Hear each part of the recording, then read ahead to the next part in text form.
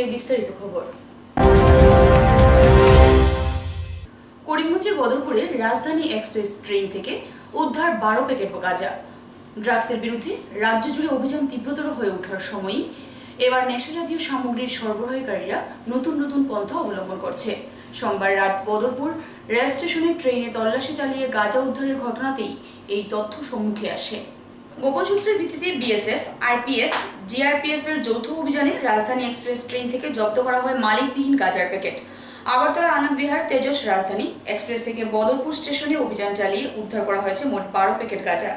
Tripura BSF গোপন সূত্রের ভিত্তিতে খবর পেয়ে ত্রিপুরা স্টেশনে অভিযান চালানোর আগেই রাজধানী এক্সপ্রেসটি যাত্রা আরম্ভ করায় ত্রিপুরা বিএসএফ গাঁজা সরবরাহের কথা অবগত করেছিল আসাম বিএসএফকে। পরবর্তীতে বিএসএফ, আরপিএফ এবং রেল পুলিশ এর যৌথ অভিযানে বদরপুরের রাজধানী এক্সপ্রেসের নির্দিষ্ট কামরায় তল্লাশি চালিয়ে যাত্রীদের আসনের উপর থাকা চাদর থেকে একটি একটি করে মোট 12 প্যাকেটে প্রায় 19 কেজি গাঁজা জব্দ করে গাঁজা উদ্ধারের পর আনন্দ বিহারের উদ্দেশ্যে যেতে দেওয়া হয় রাজধানী एक्सप्रेसটিকে।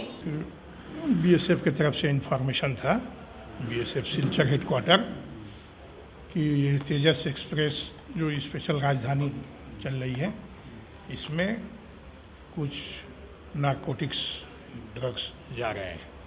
इसके बेसिस पे बीएसएफ और हमारा टीम आरपीएफ अभी चेक किया। हम लोग गाड़ी 23 बजे करीब 11 बजे रात में आई तो B5 कोच नंबर B5 में चेक किया गया, जिसके बाथरूम के राइट साइड में ऊपर फिटिंग को खोला गया तो उसमें से छोटा छोटा पैकेट 12 पीस करीब 1 केजी 1.25 केजी के आसपास। क्या सामान होगा सर? टोटल 18 साढ़े 18 किलो ये गांजा, सस्पेक्टेड गांजा करके अभी हम लोग निकाले हैं, यहाँ रखा हुआ है। अभी जीआरपी या कस्टम जिसको भी हैंड करना होगा और अभी लोग करेगा, उसी हिसाब से फर्दर डिस्पोजल होगा। आपका डेजिग्नेशन क्या है सर? हम इंस्पेक्टर आरपीएफ बदरपुर तो बोल रहे हैं। ये राजधानी 02501, ये अभी तेजस करके चल रही है, स्पेशल तेजस अगरतला आनंद बिहार एक्सप्रेस। ये अभी 1 नंबर प्लेटफॉर्म पे आई थी 11 बजे के आसपास और उसके बाद ऑपरेशन किया। 10-15 मिनट के अंदर सब पता चल गया। कितने रुपए का माल बताओ? ये अबाउट 18-19 किलो के आसपास होगा। तो কয়লাকাণ্ড নিয়ে রীতিমতো উত্তপ্ত করিমগঞ্জের রাজনীতি। জেলার 2 বিধায়কের তীব্র লড়াই জমে উঠেছে। এরই মাঝে এবার বিধায়ক কমলাক্ষ দেবপুরকাস্ত এবং কংগ্রেস দলকে সরাসরি আক্রমণ করল করিমগঞ্জ বিজেপি। করিমগঞ্জের কয়লা চক্রের টাকা বিজেপি প্রার্থীদের হারাতে নির্বাচনে ব্যবহার করা হয়েছে বলে তোপ দাগলেন বিজেপি সভাপতি সুব্রত ভট্টাচার্য। যে হিফজুর থানা থেকে পালিয়ে গিয়ে আটক হয়েছিল সদ্য সমাপ্ত নির্বাচনে উত্তর করিমগঞ্জের বিধায়কের হয়ে সেই কাজ করেছে। সুতরাং কয়লা চক্র কংগ্রেসের মানুষরা চালাচ্ছেন বলে অভিযোগ তুলেছেন সুব্রত। বর্তমান সরকারের উন্নয়নমুখী কাজকে রুখতে এ ধরনের অপপ্রচার চালানো হচ্ছে বলে বুধবার সাংবাদিক সম্মেলনে জানিয়েছেন বিজেপি নেতৃত্ব। আজকে সাংবাদিক বৈঠকের মাধ্যমে বলছে এই সিন্ডিকেটের জল উৎপাদন করার দরকার আছে। অতীতেও বলছিলাম, আজকেও বলছে, স্মারকপত্র দেওয়া আছে মাননীয় মুখ্যমন্ত্রীর কাছে যাবে। আর ওই জল এই জন্য উৎপাদন করা সব থেকে বেশি প্রয়োজন আছে। এই সিন্ডিকেটের জন্য যদি ক্ষতি সব থেকে বেশি হয়ে থাকে, বিগত নির্বাচনে ভারতীয় জনতা পার্টির ক্ষতি হয়েছে। ভারতীয় জনতা পার্টির প্রার্থীদের বিরুদ্ধে এই সিন্ডিকেটের পয়সা খরচ হয়েছে। আমি জানি না সেই সিন্ডিকেট কোথায় আছে, কিভাবে পরিচালিত হয়, ওটার সঙ্গে আমাদের কোনো সম্পর্ক নেই। কিন্তু পাতারকান্দি বিধানসভা সমষ্টিতে কারা মুঠোফোন ডিস্ট্রিবিউট করেছিলেন, কারা মুঠোফোন ওখানে বিতরণ করেছিলেন, সেটা করিমগঞ্জের মানুষ জানে। উত্তর করিমগঞ্জে বিজেপি প্রার্থীর পিছনে কারিগরি টাকা কী ব্যবস্থায় খরচ হয়েছিল, ওই টাকার জোগাড় কারা দিয়েছিলেন, সেটা দুনিয়ার মানুষের জানা আছে। বদরপুরে দলের বিধায়ক প্রার্থী যিনি ছিলেন, সেই প্রার্থীর বিরুদ্ধে লক্ষ লক্ষ টাকা কোথা থেকে এসেছিল, সেটা করিমগঞ্জের মানুষ জানেন। আর করিমগঞ্জের পুলিশ যাদেরকে খুঁজছে বা যারা থানায় এসে ফিরে গেছেন, ওরা কার মানুষ, কার সঙ্গে দিনরাতে উঠা বসা আছে, সেটাও করিমগঞ্জের মানুষ জানেন। আমরা যারা আছি, আমরা কারোর সঙ্গে ওদের উঠা বসা নেই। কেন হঠাৎ করে মাননীয় হিমন্ত বিশ্ব শর্মা মহোদয়ের নেতৃত্বে সরকার গঠন হওয়ার পর একের পর এক ড্রাগস কারবারিরা যখন দলে দলে তাদেরকে জেলে পোড়া হচ্ছে, কয়লা কেলেঙ্কারি নিয়ে যখন সরকার কঠোর থেকে কঠোরতম অবস্থান গ্রহণ করলো তখন হঠাৎ গেল রোগ কেন উঠলো, কি আছে তার পিছনে? এগুলোরও জোর উৎপাদন হওয়া দরকার আছে।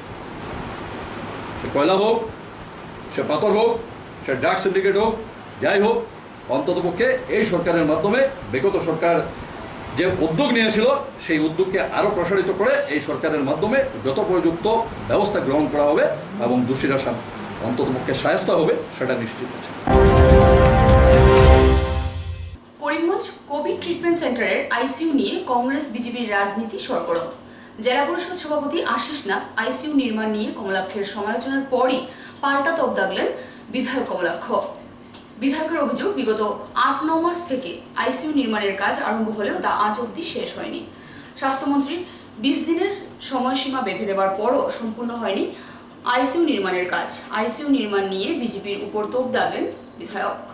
করিমগঞ্জে আইসিইউর যে হসপিটালে যে আইসিইউর কাজ চলছে, সেখানে যে ঠিকাদার নিযুক্ত আছেন আব্দুল কুদ্দুস, আপনারাও জানেন, আমরাও করিমগঞ্জবাসী জানি আব্দুল কুদ্দুস একজন বড় মাপের ঠিকাদার এবং উনার হাতে শ কোটি টাকার কাজ আছে এবং উনার একটা ভালো পরিস্থিতিও আছে আসাম সরকারের পিডব্লিউডি ডিপার্টমেন্টে, যে উনি সময়ের আগে কাজ শেষ করে নেন এবং সেরকম অনেক উদাহরণ ওনার হাতে আছে।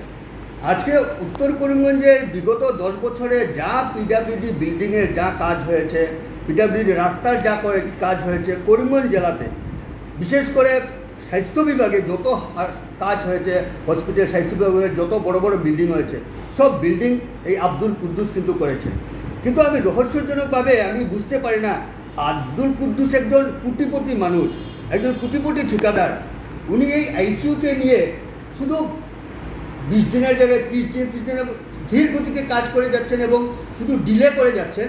এদিকে আব্দুল কুদ্দুস ডিলে করে যাচ্ছেন, আর এদিকে উত্তর করিমগঞ্জের বিধায়ক সেটাকে নাটক বানিয়ে কখনো স্বাস্থ্যমন্ত্রীর কাছে, কখনো মুখ্যমন্ত্রীর কাছে, কখনো ডিসি মহোদয়ের কাছে, কখনো রিভিউ, আমাদের করিমগঞ্জে যখন মিনিস্টার আসে রিভিউ মিটিংয়ে উনি বলছেন, কখনো সংবাদ মাধ্যমে বলছেন। উনি কি পারেন না, উনি নিজের পকেটের ঠিকাদার আব্দুল কুদ্দুস এবং ওনার সঙ্গে খুব ভালো ঘনিষ্ঠতা আছে আব্দুল কুদ্দুসের। উনি যদি মানুষের যন্ত্রণাটুকু যদি মনের মধ্যে নিতেন, নিশ্চয়ই আব্দুল কুদ্দুসকে সঙ্গে নিয়ে উনি হাসপাতালে দাঁড়িয়ে কাজ করাতেন। ওদের যে সেই মানসিকতার জন্য গভর্নমেন্ট এমপ্লয়ি কাদের, সরকারে কারা? যদি কেউ কাজ না করে, সেটা তো আমি বলিনি, মিনিস্টার এসে বললেন যে 20 দিনের ভিতরে কাজ করতে হবে।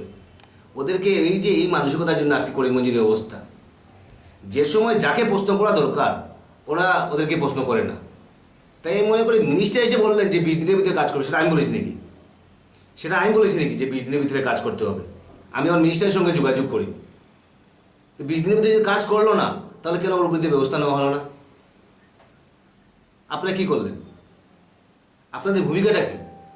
আপনাদের ভূমিকা শুধু ভ্যাকসিন নিয়ে রাজনীতি করবেন। কে ভ্যাকসিন দেবে, কে ভ্যাকসিন দেবে না, কে লাইনে আগে যাবে, কে লাইনে পড়ে যাবে, this is not your duty. সেটা আপনাদের ডিউটি না।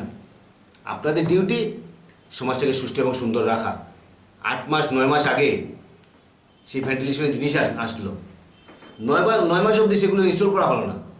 এখন কাজ চলছে, মিনিস্টার আসলেন, মিনিস্টারকে ফোন করলাম, মিনিস্টার আসলেন, মিনিস্টার এসে বললেন যে 20 দিনের ভিতরে কাজ করতে হবে। সেই 20 দিনের ভিতরে কন্ট্রাক্টর কাজ করতে পারলো না।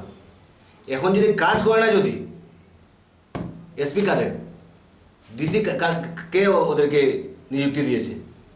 ওরা government officer, joint director government officer.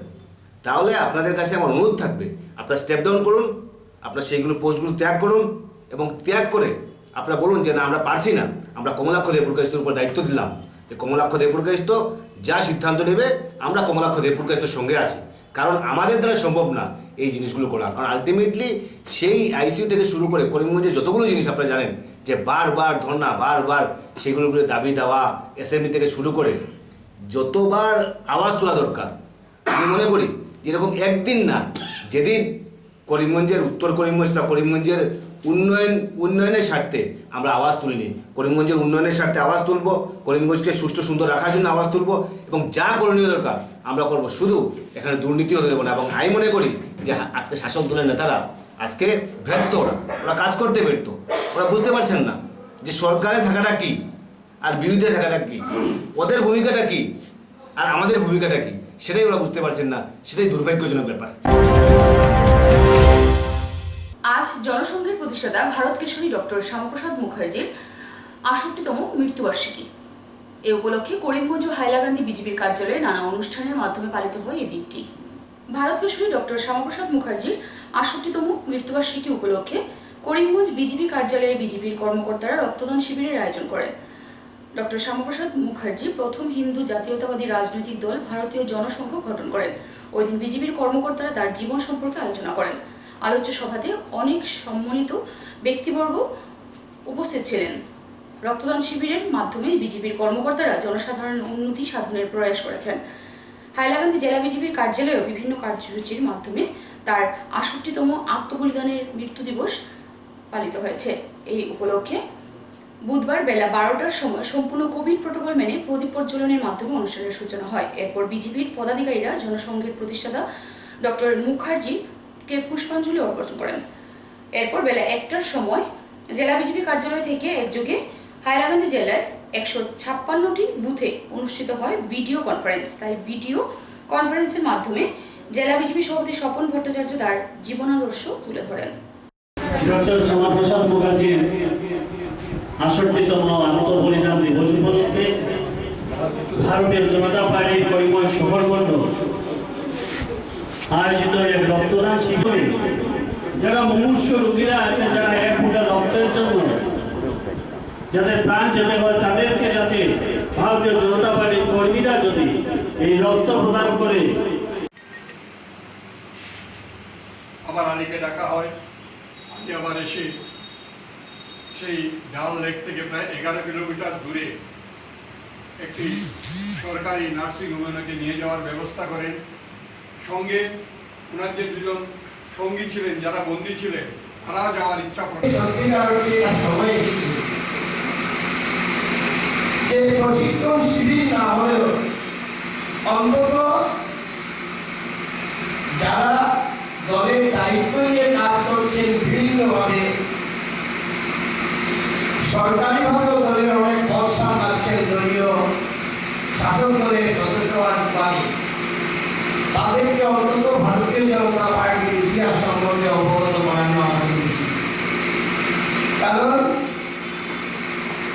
আমরা যখন কিছুই ছিল না, বিরোধীতে ছিলাম, আর আমরা এখানে আমাদের সভাপতি বলুন, আমি বা আমার সাধারণ সম্পাদক, যুবমোর্চার সভাপতি এবং মন্ডল সভাপতি, আমরা সৌভাগ্যবান যে আমরা যখন শ্যামাপ্রসাদজির আত্মবলিদান দিবস বা জন্ম দিবস পালন করা হতো, তখন শৈলেন্দ্রশেখর দত্ত থেকে শুরু করে অরবিন্দ রায়, রথীন্দ্র উদ্ভাবক এবং মনোজ্যোতি চক্রবর্তী আর সুরেন্দ্র শেখর দত্ত, এরকম প্রমুখ ব্যক্তি, জন্মজিৎ রায়, ওনাদের কাছ থেকে দীর্ঘ সময় ৩-৪ ঘন্টা সভা চলতে আমরা দেখেছি। শ্যামাপ্রসাদজির বিস্তারিত জীবন প্রণালী এবং দলের কথা আমরা জানতে পেরেছি, আমাদের সৌভাগ্য হয়েছিল। আর তাই হয়তো আজকে আমরা সবাই যদি মনে করি শ্যামাপ্রসাদ সম্বন্ধে কিছু বলবো, তা ওনাদের কাছ থেকে দীর্ঘদিন ধরে শিখতে শিখতে শুনতে শুনতে যাচ্ছি, অনুবাদন করতে পেরেছি। বিদ্যুৎ বিতরণ কোম্পানিকে লাভজনক প্রতিষ্ঠানে রূপান্তরিত করতে বদ্ধপরিকর সরকার। এ নিয়ে বিদ্যুৎ মন্ত্রী বিমল বরা বেশ কিছু পদক্ষেপ নিয়েছেন। অনাদায়ী বিদ্যুৎ বিল, কর্মচারীদের বেতন থেকে বিদ্যুতের বিল আদায়ের সিদ্ধান্ত গ্রহণ করেছে সরকার। সরকারের এই সিদ্ধান্তের প্রতিবাদে সরব হলেন উত্তর করিমগঞ্জের বিধায়ক কমলাক্ষ দেবুরকাস্ত। বিধায়ক সরকারের এই সিদ্ধান্তের প্রতিবাদ করে বলেন, সরকার কর্মচারীদের সার্ভিস রুল ভঙ্গ করছেন। সরকারের এই সিদ্ধান্ত সম্পূর্ণ অনৈতিক। বুধবার এক সাংবাদিক সম্মেলন ডেকে এ নিয়ে ক্ষোভ ব্যক্ত করেন বিধায়ক কমলাক্ষ। এপিডিসিএল একটা কোম্পানি এবং সেই কোম্পানি সেই নির্দেশ কিভাবে দিল সেটা ১ নম্বর কথা। ২ নম্বর কথা হচ্ছে গিয়ে যে ধরুন জৈন ব্রাদার্স বা কোনো একটা ব্যবসায়ী প্রতিষ্ঠান যদি কেউ টাকা পায়, কোনো সার্ভিস, বিশেষ করে এমপ্লয়ির কাছে, করিমগঞ্জ কলেজের কেউ কোনো একজন এমপ্লয়ির কাছে, টিচারের কাছে, তাহলে হয়তোবা এরকম একটা পরিবেশ হয়েছে, সেই ব্যবসায়ী প্রতিষ্ঠান যদি প্রিন্সিপালকে যদি চিঠি লেখে যে না আমার স্যালারিটা দেবেন না, প্রথম আমার বিলটা দিতে হবে, তারপরে স্যালারিটা দেবেন, অর্থাৎ সার্ভিস কন্ডাক্ট রুলে এই ধরনের কোনো ক্লজ ছিল না। মানুষের সঙ্গে যখন বিশেষ করে চাকরি হয় এবং এগ্রিমেন্ট যখন হয় সেই সার্ভিস কন্ডাক্ট রুল মতে, সেখানে তো এরকম কোনো ক্লজ থাকে না। এখন বর্তমানে যে ক্লজটা দেওয়া হলো, সেই ক্লজে এখন দেখা যাচ্ছে যে বিল না দিলে আমরা চাই বিল পরিশোধ করা হোক, আমরা চাই যেহেতু বিদ্যুৎ জ্বালাবেন প্রত্যেককে বিল দিতে হবে, কিন্তু এইভাবে নয়। আপনাদের সংস্থা আছে, আপনাদের এমপ্লয়ি আছে, আপনাদের সবগুলো আছে, আপনারা ওদের বিরুদ্ধে কেস দিন, ওদের বিরুদ্ধে ব্যবস্থা নিন। এটা কী ধরনের ব্যবস্থা? একটা গণতান্ত্রিক দেশে একটা সরকার, একটা কোম্পানি কীভাবে এইভাবে নির্দেশ দিতে পারে? অর্থাৎ একটা এমপ্লয়ির নিজের কোনো অধিকার নেই। আপনি হয়তো বা রিকোয়েস্ট করতে পারেন, কিন্তু এইভাবে অর্ডারের মাধ্যমে যদি দেওয়া হয় তাহলে সম্পূর্ণ সার্ভিস কন্ট্রাক্ট রুল যেগুলো আছে সবগুলো ভায়োলেট করা হলো। অর্থাৎ এই নির্দেশের মাধ্যমে আমরা দেখতে পারলাম যে এই নির্দেশে বিশেষ করে যারা এমপ্লয়ি যারা আছে, যারা ওদেরকে হেয় প্রতিপন্ন করা হয়েছে। সর্বোপরি আমরা বলছি যে বিল পরিশোধ করতে হবে। যদি কেউ বিল পরিশোধ না করে তাহলে ওর লাইন কেটে দিন। যদি কেউ বিল পরিশোধ না করে ওর উপর এফআইআর দিন। যদি কেউ বিল পরিশোধ না করে তার বিরুদ্ধে ব্যবস্থা নিন।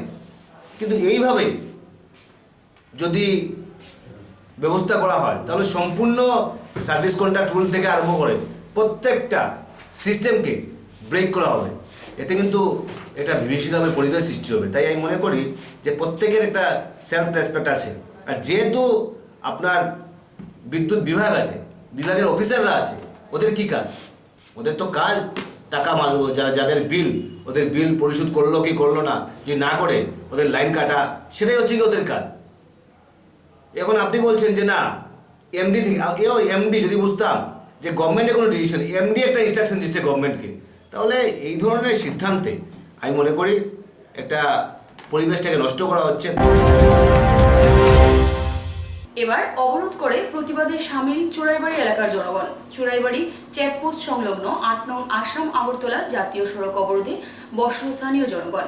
পণ্যবাহী গাড়িগুলির সাথে স্থানীয় জনগণ সহ তাদের গাড়ি, বাইক ও টমটম গেটের ভেতর দিয়ে সম্পূর্ণ চেকিং এর মাধ্যমে নিয়ে প্রবেশ করতে হবে।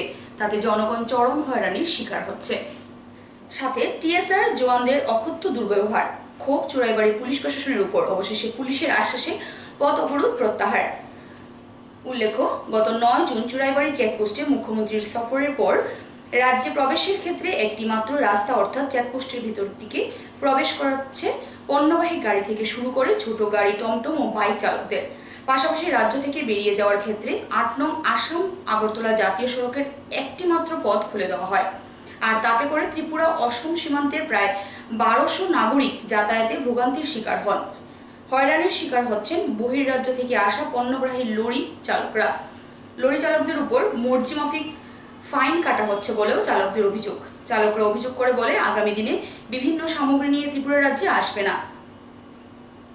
এদিকে স্থানীয় জনগণ রোজ তাদের ছোট গাড়ি, টমটম ও বাইক নিয়ে বিভিন্ন পণ্যবাহী গাড়ির পেছনে পেছনে চুরাইবাড়ি গেট পার হতে ৩-৪ ঘন্টা সময় লেগে যাচ্ছে। অবশেষে নিরুপায় হয়ে বুধবার সকাল ৬টা থেকে ৮ নং আসাম আগরতলা জাতীয় সড়ক অবরোধ করে স্থানীয় জনগণ। ভানুচন্দ্রের প্রতিবেদন। মাননীয় মুখ্যমন্ত্রী আসছে, আমি কালকে আসাম থেকে আসছি। সকালবেলা থেকে গাড়িটা এখানে আসতে ২২,০০০ টাকা ফাইন লাগে। আমার গাড়ির ২২,০০০ টাকার মালই নেই। তখন আমার ২২,০০০ টাকা কোর পাই আমি যাবো আগরতলা। আর কি লকডাউন, এখানে খাওয়া দাওয়া কিচ্ছু নেই। আর ওদের ২২,০০০ টাকা চালান মানে দিতে হচ্ছে না। আমরা এই ভিতর দিকে দেখতে না, তো এই এদিকে তো লাইনে গাড়ি আছে, এটার লাগে আমরা যাইতেও দেয় না। কই যেতে আসলে? আমি যাইতাম মাত্র মাকুন্দা হসপিটালে। কিতা করে তারা?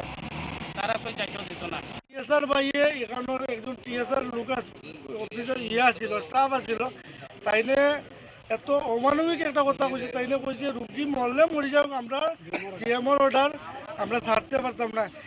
প্রশাসনিক কর্মকর্তা যদি এখানে ডিউটিরত যে টিএসআর জবান তারা কইছে, তারা কইছে।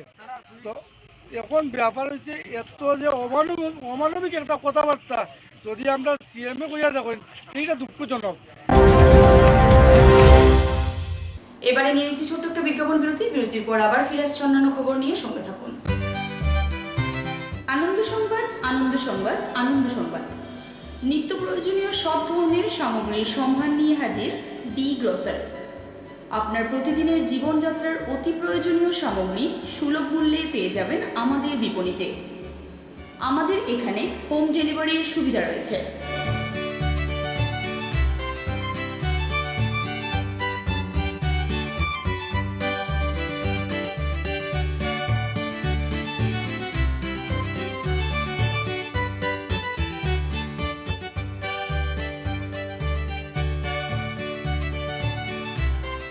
তাই আজই যোগাযোগ করুন D grosser, Laxmibazar road, near PWD বাজার, Karimganj. Mobile 9613862370।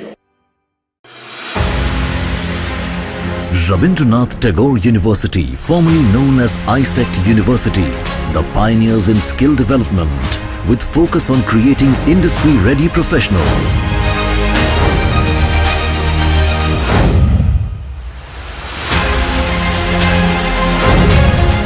Join India's premier skill-based university, Rabindranath Tagore University.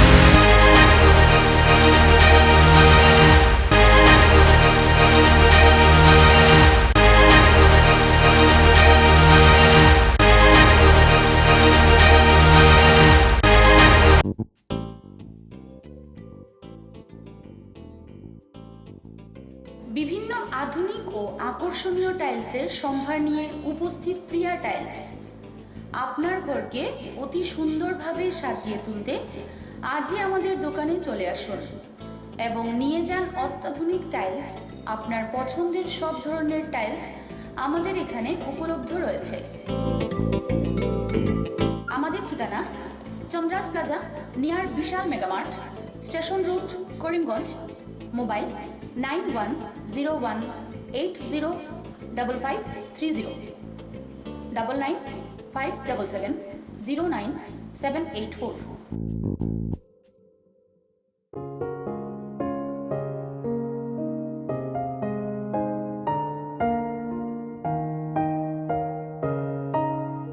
চিকিৎসা সেবায় নতুনত্ব নিয়ে হাজির নিউ লাইফলাইন হাসপাতাল।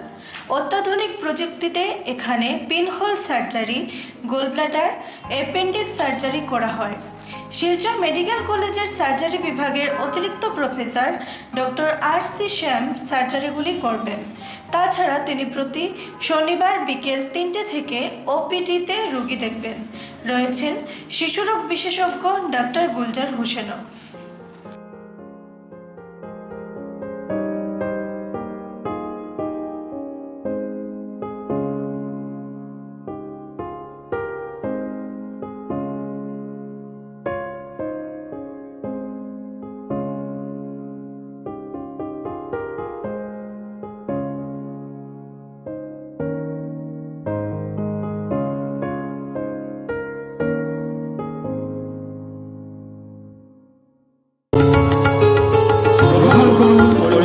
হোলসেল কোঅপারেটিভ স্টোর্স তথা সহযোগীর আন্তরিক অভিনন্দন। করিমগঞ্জ হোলসেল কোঅপারেটিভ স্টোর্সের নিয়ন্ত্রণাধীন স্টেশন রোডস্থ বিভাগীয় বিপণী সহযোগী নতুন উদ্যোগে সমৃদ্ধ হয়ে জনগণের সেবায় এগিয়ে এসেছে। তুলনামূলক কম মূল্যে নিত্য প্রয়োজনীয় দ্রব্য সামগ্রীর যোগান অব্যাহত রাখতে সহযোগী কর্তৃপক্ষ বদ্ধপরিকর। জেলার সমবায় আন্দোলনকে জোরদার করে তোলার ক্ষেত্রে করিমগঞ্জ হোলসেল কোঅপারেটিভ স্টোর্স তথা সহযোগী কর্তৃপক্ষ সকলের আন্তরিক ও সক্রিয় সহযোগিতা কামনা করি। নতুন আঙ্গিকে বাস্তব পরিকল্পনা নিয়ে সহযোগী স্টেশন রোড, করিমগঞ্জ আপনাদের সেবায় সদা প্রস্তুত। আনন্দ সংবাদ, আনন্দ সংবাদ। করিমগঞ্জে এই প্রথম সিটি স্ক্যানের সুবিধা। Karimganj health city, Banamali road, Karimganj, মায়ামিয়ার বাড়ির বিপরীতে। পুরো শরীর সিটি স্ক্যানের সুবিধা এখন পাচ্ছেন করিমগঞ্জেও। আন্তর্জাতিকভাবে বিখ্যাত ডাক্তার দ্বারা রিপোর্ট। সিটি স্ক্যানের জন্য যোগাযোগ করুন phone 03843260705, mobile 8011037723। Karimganj health city, Banamali road, Karimganj আপনাদের সেবায় নিয়োজিত। কটামনি বাজার ও পার্শ্ববর্তী এলাকায় স্ট্রিট লাইট বসানোর পর এবার কটামনির ব্যস্ততম বাজার এলাকায় যানজট সমস্যা নিরসনে এগিয়ে এলেন সমাজসেবী AS উসমানী। উনি ব্যক্তিগতভাবে বাজার এলাকায় পাকা সড়কের 225 মিটার জায়গা জুড়ে ডিভাইডার বসালেন। বুধবার এক সাক্ষাতে উক্ত বাজার কমিটির সদস্য আবুল হোসেন জানান, স্থানীয় বাজার এলাকায় প্রায়ই ছোট ছোট গাড়ির ভিড় লেগে থাকে। এতে অনেক সময় রাস্তা দিয়ে চলা নিত্য পথযাত্রীদের অনেক সমস্যা পড়তে হয়। তাই কিছুদিন থেকে তা লক্ষ্য করে সবার সুবিধার্থে এই পরিকল্পনা নেন উসমানী বাবু। আর এই প্ল্যান মোতাবেক রাস্তার মধ্যবর্তী 225 মিটার জুড়ে এগুলো বসান তিনি। এদিকে উনার এই জনহিতকর কাজ দেখে স্থানীয়রা অত্যন্ত সন্তুষ্টি প্রকাশ করেছেন।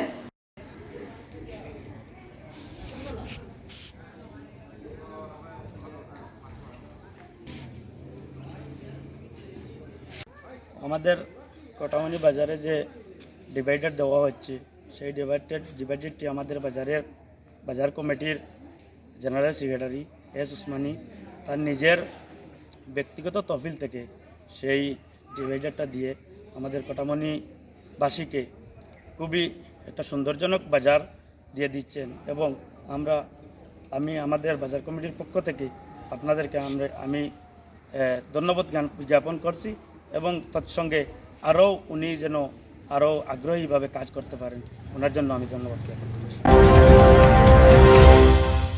বিগত কয়েক মাস থেকে কোভিডকালীন পরিস্থিতিতে ভোজ্য তেলের অভূতপূর্ব মূল্য বৃদ্ধির প্রতিবাদে এবং মূল্য স্বাভাবিক করার দাবিতে বুধবার করিমগঞ্জ জেলা NSY পক্ষ থেকে করিমগঞ্জ এর জেলা শাসকের মাধ্যমে আসামের মুখ্যমন্ত্রীর কাছে একটি স্মারকপত্র প্রদান করা হয়। জেলা NSY সভাপতি রাজন চৌধুরীর নির্দেশে জেলা NSY এর যুগ্ম সম্পাদক শুভজিৎ চক্রবর্তীর নেতৃত্বে এক প্রতিনিধি দল জেলা শাসকের সাথে সাক্ষাৎ করে স্মারকপত্রটি প্রদান করেন। কিসের জন্য আপনারা মেমোরেন্ডাম দিচ্ছেন? আজ আমরা জেলা NSY পক্ষ থেকে ডিসি স্যারের কাছে একটা মেমোরেন্ডাম নিয়ে এসেছি যে আজকাল আমরা দেখা যাচ্ছে যে এডিবল অয়েল মানে যে রান্নার তেলের দামটা ক্রমশ দিনকে দিন বেড়ে চলেছে। তো এখন এই তেলটা বাড়ার কারণে এখানে অনেক ধরনের মানুষ আছে, যেমন lower middle class, labour class মানুষ, যারা এই তেলটা এফোর্ড করতে পারে না। তো আমরা ডিসি স্যারের মাধ্যমে চিফ মিনিস্টারের কাছে একটা মেমোরেন্ডাম দেওয়ার আমরা একটা উদ্যোগ নিয়েছি, আর এই ব্যাপারটা নিয়ে চিফ মিনিস্টার ও ডিসি স্যারের দৃষ্টি আকর্ষণ করছি। সুরমা বার্তা যে পর্যন্তই। আগামীকাল আবারও আপনাদের সাথে দেখা হবে একই সময়ে একই চ্যানেলে। নমস্কার।